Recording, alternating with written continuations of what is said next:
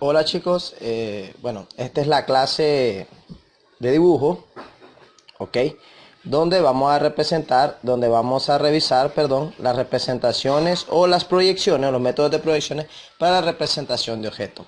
Para que los que realizaron el segundo parcial ya están familiarizados con el documento, no sé si ya lo leyeron todo o les llamó un poco la atención, ¿qué significa esto? ¿Cuál es la diferencia de una representación pictórica o una representación ortogonal? O cómo pueden ir acompañadas una de la otra. Bueno, en el caso de estas proyecciones, por lo general, nosotros, el ser humano, percibe el mundo siempre en 2D. Yo leo un libro de científico famoso Stephen Hawking acerca de la historia del tiempo a través de los agujeros con la teoría del Big Bang. Y dice él de que es casi imposible imaginarse un espacio tridimensional. Ahora imagínense con cuatro dimensiones. Ok. Bueno, por lo general nuestra vista solo percibe 2 dimensiones. Percibimos largo si estuviésemos en un plano y alto y altura. Ok. Pero tridimensionalmente pues casi es imposible. En las representaciones gráficas ellas pueden ser bien o tridimensional o bidimensional, ya la cual permite estructurar la creación y ejecución de cualquier proyecto de carácter técnico. Es decir, pero para hacer esto también necesitamos conocer técnicas. ¿Cómo podemos nosotros? Bueno, en principio, ¿cómo diferenciar cuánto es una representación pictórica y cuándo es una representación ortogonal? Bueno, en esta parte de acá, aquí podemos notar esta figura. Ahí tenemos parte de las dos cosas, tanto pictóricas como ortogonales. Tenemos un objeto, en este caso a la izquierda de sus pantallas. Ahí dice objeto, que tiene como color, forma o textura de madera. Y podemos verlo cómo se distribuye, es decir, cómo nosotros logramos dividirlo según las vistas que nosotros podamos percibir. Depende cómo tengamos nosotros el objeto, ya sea bien en planta, como nosotros lo vemos en planta, en perfil o en alzado. De igual manera, aquí podemos ver a la derecha ustedes pueden notar que estas tres vistas ya se dividieron. Ya está la vista en planta, alzado y perfil, ¿ya? Aquí hay un principio, no sé si ya lo habían leído, que dice: las representaciones pictóricas pueden presentarse por sí solas o complementarse con representaciones ortogonales. El dibujo técnico corriente consiste en una representación ortogonal, la cual se utilizan proyecciones de una o varias vistas del objeto cuidadosamente elegidas, con las cuales es posible definir completamente su forma y sus características. Es decir, a través de las vistas yo puedo identificar el objeto o el dibujo que estoy realizando. Como primer tema, vamos a ver lo que es método de proyecciones para las representaciones pictóricas. La pregunta es: ¿qué son representaciones pictóricas? Aquí está un concepto breve de 3 líneas. Dice: las representaciones pictóricas son útiles en procesos de diseño, montaje industrial y en catálogo de productos técnicos. Y por lo general, permite representar objetos tridimensionales y muestran 3 de sus caras principales. Aquí está, que nosotros podemos observar cara superior, cara frontal y cara lateral derecha. Existen tipos de representaciones pictóricas. Bueno, aquí en el examen la verdad es que ahí fallaron un montón, ¿no? En las proyecciones, ahí se confundieron un poco con las perspectivas y con las proyecciones oblicuas también, creo.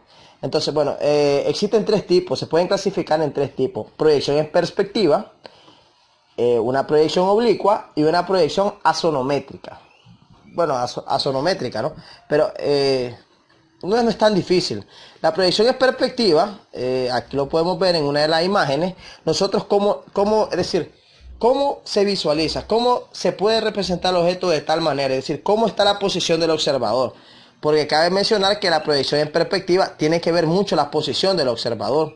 Y hay una técnica que se utiliza en los famosos puntos de fuga.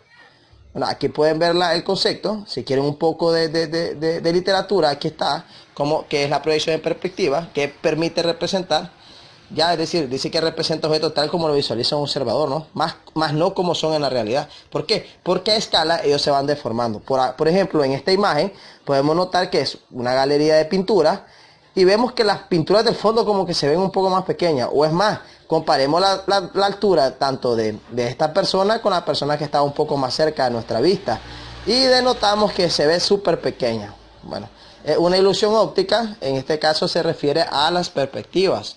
Tienen que ver los puntos de fuga. Tal vez si no da tiempo podemos estudiar un poquito de eso o trabajar en la práctica, pero así funciona. Si las perspectivas se dividen, conocidas como punto de fuga, ¿ya? Y es la famosa sensación de profundidad en el dibujo. Podemos clasificarla en tres. Existe la perspectiva paralela, que es un punto de fuga, es decir, un punto de fuga al horizonte. Si ustedes pueden observar, aquí está un cubo, siempre se explica con un cubo, y ya podemos ver donde dice la letra F, es la fuga, es ese puntito que está ahí exactamente. El segundo es perspectiva oblicua, ya son dos puntos de fuga. Si ustedes observan, es el mismo cubo, ¿ok? Pero ya con dos puntos de fuga, F1 y F2, que prácticamente van a los extremos. Y tercero tenemos la perspectiva aérea, que son los tres puntos de fuga. Los mismos se conservan los dos de los extremos. Y tenemos uno en el centro que nos va a permitir visualizar desde la parte superior. Por eso se le conoce, bueno, como la perspectiva viste pájaro también, porque se ve tanto las elevaciones como la parte superior de nuestro objeto. Eso es lo que es perspectiva. En las proyecciones oblicuas, eso es muy fácil, es súper fácil diferenciarlas, pero atención, cuidado, nos confundimos con los isométricos. Es decir, yo siempre explico esto porque nosotros tendemos a confundir la oblicua con el isométrico. Es decir, ahí tienen una variante. Puede ser el ángulo de inclinación. A la proyección oblicua también se le conoce como proyección caballera, ¿ya? Porque en el plano frontal las líneas paralelas a esta están en verdadera magnitud. Es decir, estas líneas de acá están en verdadera magnitud. ¿Qué varía? Es la profundidad del dibujo. No en el caso de las proyecciones en perspectiva, ¿ya? Pero en este caso la profundidad es variable, porque uno de sus lados, es decir, en las proyecciones oblicuas, se inclina a 45 grados, como lo ven ahí en esa escuadra. En las proyecciones axonométricas, el método sistema de representación gráfica siempre se maneja por tres ejes. Hay tres ejes. Bueno, va dependiendo el tipo de proyección que nosotros queremos hacer. Estas, según su ángulo formado, se pueden clasificar en proyección isonométrica, dimétrica, atención con esta palabra, dimétrica 2 y trimétrica 3. Ya tienen que ver con los ángulos. La pregunta es, ¿son proyecciones pictóricas? Todas son proyecciones pictóricas. Lo único que las proyecciones, estas proyecciones isométricas, dimétricas y trimétricas pertenecen a las proyecciones axonométricas. ¿Ok? Bueno, en las proyecciones isométricas es simple, es facilito. Esta sí la vamos a poder practicar, creo. Eso nos va a permitir practicarla. Y tenemos que la proyección isométrica, sus tres ángulos son iguales. Es decir, es decir, este ángulo, B y C son iguales, van a tener la misma.